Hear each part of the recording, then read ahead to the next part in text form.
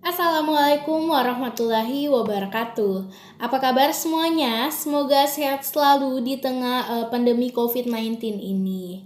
Dan semoga kita semua selalu diberi kesehatan dalam menghadapi pandemi COVID-19 ini.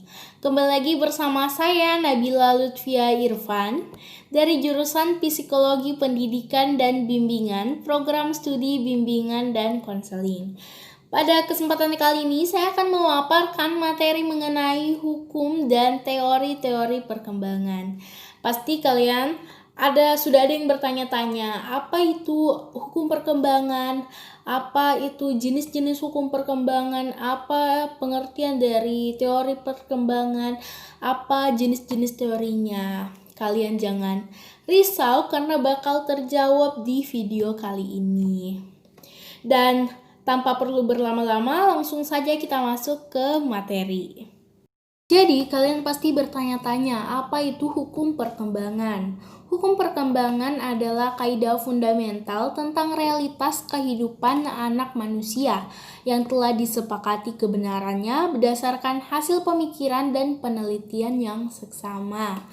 Istilah perkembangan dalam psikologi sendiri yaitu sebuah konsep yang rumit dan juga kompleks dan jadi ketika kita ingin memahami konsep perkembangan, kita juga harus memahami konsep yang ada di dalamnya seperti konsep pertumbuhan, konsep kematangan, dan konsep perubahan. Perkembangan itu sendiri bergerak secara perlahan atau berangsur-angsur, tetapi pasti semisal manusia pasti mengalami suatu tahap, lalu berjalan lagi ke tahap berikutnya, dan manusia berawal dari pembuahan dan berakhir pada kematian pastinya. Oke, next. Yang kedua adalah apa saja yang mempengaruhi perkembangan manusia. Jadi, perkembangan manusia itu dipengaruhi oleh beberapa faktor, yaitu ada faktor kecerdasan, faktor gen, faktor jenis kelamin, faktor ras, faktor kultur, dan semua faktor ini bisa terlihat saat manusia mengalami proses perkembangan, mulai dari manusia bayi, remaja, dewasa, dan berakhir ketika ia meninggal. Oke, next yaitu apa saja yang termasuk hukum perkembangan. Jadi yang pertama ada namanya hukum Cepalo-Condal. Hukum Cepalo-Condal ini menyatakan bahwa pertumbuhan itu dimulai dari kepala lalu ke arah bawah atau ke arah kaki. Cepalo-Condal di sini menyatakan bahwa kepala lebih dulu berfungsi daripada organ-organ lainnya. Misalnya bayi yang baru lahir, kepalanya itu lebih dulu matang daripada organ-organ bagian tubuh lainnya. Yang kedua adalah hukum proksimodistal. Hukum proksimodistal di sini menyatakan bahwa pertumbuhan itu berada pada sumbu pusat dan mengarah ke tepi. Maksudnya di sini adalah alat-alat organ tubuh yang berada di pusat seperti organ jantung, organ hati, dan alat-alat pencernaan itu lebih dahulu berfungsi daripada organ-organ yang berada di tepi. Yang ketiga adalah perkembangan terjadi dari umum ke khusus.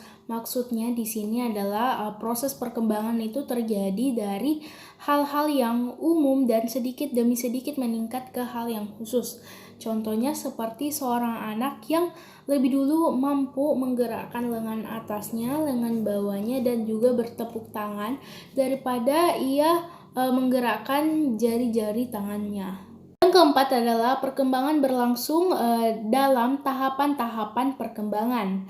Maksudnya di sini proses perkembangan itu terbagi dalam beberapa tahapan, yang mana tahapannya itu terbagi dalam masa-masa perkembangan. Contohnya seperti usia cabang bayi itu kisarannya 0 sampai 2 minggu. Usia bayi dikatakan bayi itu 1 sampai 2 bulan, dan usia masa prasekolah itu terjadi pada usia 1 sampai 5 tahun. Dan ini seterusnya berlaku di dalam tingkatan-tingkatan tahapan manusia. Yang kelima adalah hukum tempo dan ritme perkembangan. Hukum ini menyatakan tahapan perkembangan berlangsung secara berurutan, terus-menerus dan dalam tempo yang relatif. Maksudnya di sini, terkadang ada beberapa anak yang mengalami perbedaan, yaitu misalnya ya, si A ini lambat berbicara, tetapi cepat jalannya, dan si B ini lambat jalannya, tetapi sudah berbicara. Di sini tidak banyak yang bisa dilakukan oleh orang tua maupun guru untuk mempercepat atau memperlambat tempo atau irama perkembangan tersebut. Perkembangan anak tersebut akan terjadi dengan sendirinya. Oke, next yaitu kita masuk ke apa itu teori perkembangan. Jadi, teori perkembangan di sini berfokus pada perubahan dan perkembangan struktur jasmani atau biologis, perilaku dan fungsi mental mulai dari konsepsi hingga menjelang kematian. Lalu, kita berangkat ke yaitu apa saja yang termasuk teori-teori perkembangan. Jadi teori perkembangan itu ada 5, tetapi yang pertama ada namanya teori psikoanalisis. Teori psikoanalisis sendiri di sini adalah teori yang berusaha menjelaskan tentang hakikat dan perkembangan manusia. Yang kedua adalah teori kognitif. Teori kognitif sendiri adalah teori yang lebih mementingkan proses belajar daripada hasil belajar itu sendiri. Dan yang ketiga adalah belajar perilaku atau belajar sosial. Di dalam teori belajar sosial ini, yaitu proses belajar yang muncul sebagai fungsi pengamalan dan penguasaan, dan juga di dalam kasus imitasi, yaitu adanya peniruan perilaku orang lain. Lalu yang keempat ada teori etologis, yaitu teori yang lebih menekankan bahwa perilaku sangat dipengaruhi oleh biologi. Dan yang kelima adalah teori ekologis, yaitu teori yang menekankan bahwa konteks sosial di mana anak tinggal dan orang-orang di sekitarnya, yaitu lingkungannya, sangat berpengaruh terhadap perkembangan anak tersebut.